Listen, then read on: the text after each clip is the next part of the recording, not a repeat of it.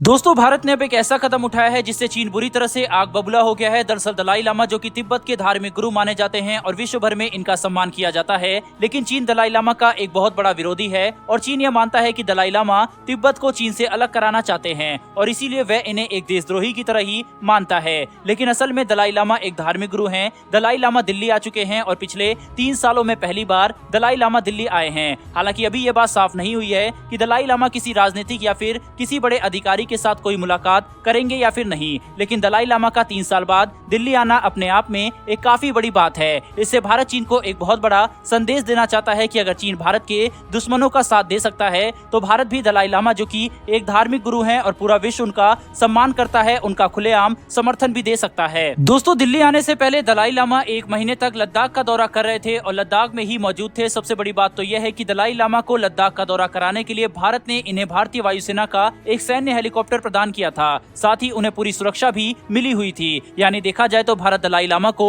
लद्दाख का दौरा करा रहा था, वह भी चीन से सटी सीमा से काफी नजदीक। तो ये बात अब कोई भी समझ सकता है कि भारत दलाई लामा को खुलेआम समर्थन दे रहा है और इससे चीन बुरी तरह से आग बबूला हो चुका है। लेकिन चीन भी ये बात जानता है कि केवल बड़े बड़े बयान देने के अलावा वह भारत का कुछ भी नहीं कर सकता। वहीं पर हाल ही में दलाई लामा ने एक ऐसा बयान दे दिया जिसने चीन की धड़कन काफी तेज कर दी। दरअसल दलाई लामा ने ये बात साफ तौर पर कह दी कि तिब्बत के लोग आजादी नहीं चाहते, लेकिन संपूर्ण स्वतंत्रता चाहते हैं और वह भी समय के साथ बहुत जल्द ही आने वाली है, जब लद्दाख के लोग एक बार फिर से लहासा जा सकेंगे। यानी देखा जाए तो दलाई लामा ने एक तरीके से चीन को सीधी धमकी दे दी। दोस्तों, विश्व का हर देश जानता है कि चीन तिब्बत को स्वतंत्रता देने का मात्र ढोंग करता है और तिब्बत के लोगों को किसी भी तरीके का अधिकार नहीं दिया जाता। यहाँ तक कि काफी मूल से मानव अधिकार भी तिब्बत के लोगों को मुश्किल से नसीब होते हैं। साथ ही चीन इनके ऊपर काफी अत्याचार भी करता है और तिब्बत के कल्चर, लैंग्वेज, तिब्बतियन आइडेंटिटी और धार्मिक आजादी को बुरी तरह से चोट पहुँचा रहा है। यही वजह है कि तिब्बत के लोग और चीन के इस शासन से काफी ज्यादा गुस्से में आ चुके हैं और वह लगातार भारत से मदद की गुहार लगा रहे हैं। और पहली बार ये देखने को मिल रहा है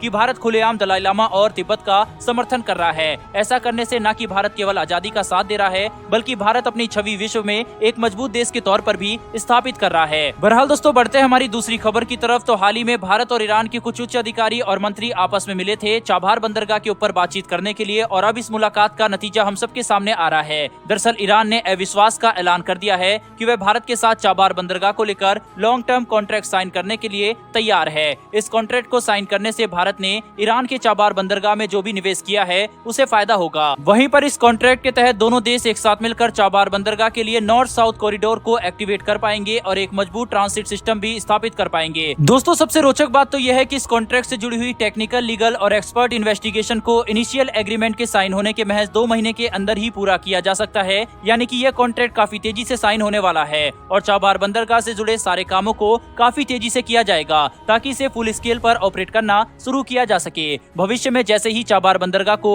INSTC कॉरिडोर से जोड़ा जाएगा, बिल्कुल वैसे ही भारत, ईरान, रूस और यूरोप के साथ साथ मध्य एशिया का व्यापार भी काफी तेजी से बढ़ जाएगा। चाबहार बंदरगाह के लिए भारत केवल आर्थिक रूप से ही नहीं बल्कि कूटनीतिक रूप से भी काफी ज्यादा महत्वपूर्ण गलियारा है, क्योंकि इसका इस्तेमाल भारत पाकिस्तान को बाईपास करने के लिए करेगा, जिससे भारत, रूस, मध्य एशिया और यूरोप तक बिल्कुल आसानी से व्यापार कर पाएगा। वहीं पर INSTC और चाबहार बंदरगाह का इस्तेमाल करके जो सामान रूस से भारत तक लाया जाएगा वह 30% सस्ता होगा। यहाँ तक कि व्यापार करने के समय भी कम लगेगा, जिससे भारत और रूस की आर्थिक साझेदारी बहुत तेजी से बढ़ने वाली है। इसका इस्तेमाल केवल भारत और रूस तक ही सीमित नहीं रहेगा, बल्कि ईरान, मध्य एशिया, यूरोप के साथ साथ खाड़ी देश भी इसका इस्तेमाल कर सकते हैं। भविष्य में INSTC और चाबहार बंदरगाह बेहद महत्वपूर्ण होने वाला है और इसके ऊपर आर्थिक गतिविधियां काफी तेजी से बढ़ेगी, जिससे भारत को काफी ज्यादा फायदा होने वाला है। बहरहाल दोस्तों, इस वीडियो में इतना ही, लेकिन भारत की कूटनीति के लिए कमेंट बॉक्स में एक जय हिंद तो बनता है। साथ ही क्या अब समय आ चुका है कि भारत को तिब्बत का कार्ड खुलकर खेलना चाहिए या नहीं? अपनी राय कमेंट बॉक्स में जरूर दें। अगर आपको ये इन्फॉर्मेशन और वीडियो पसंद आई हो तो वीडियो को लाइक करके चैनल को सब्सक्राइब कर बेल नोटिफिकेशन को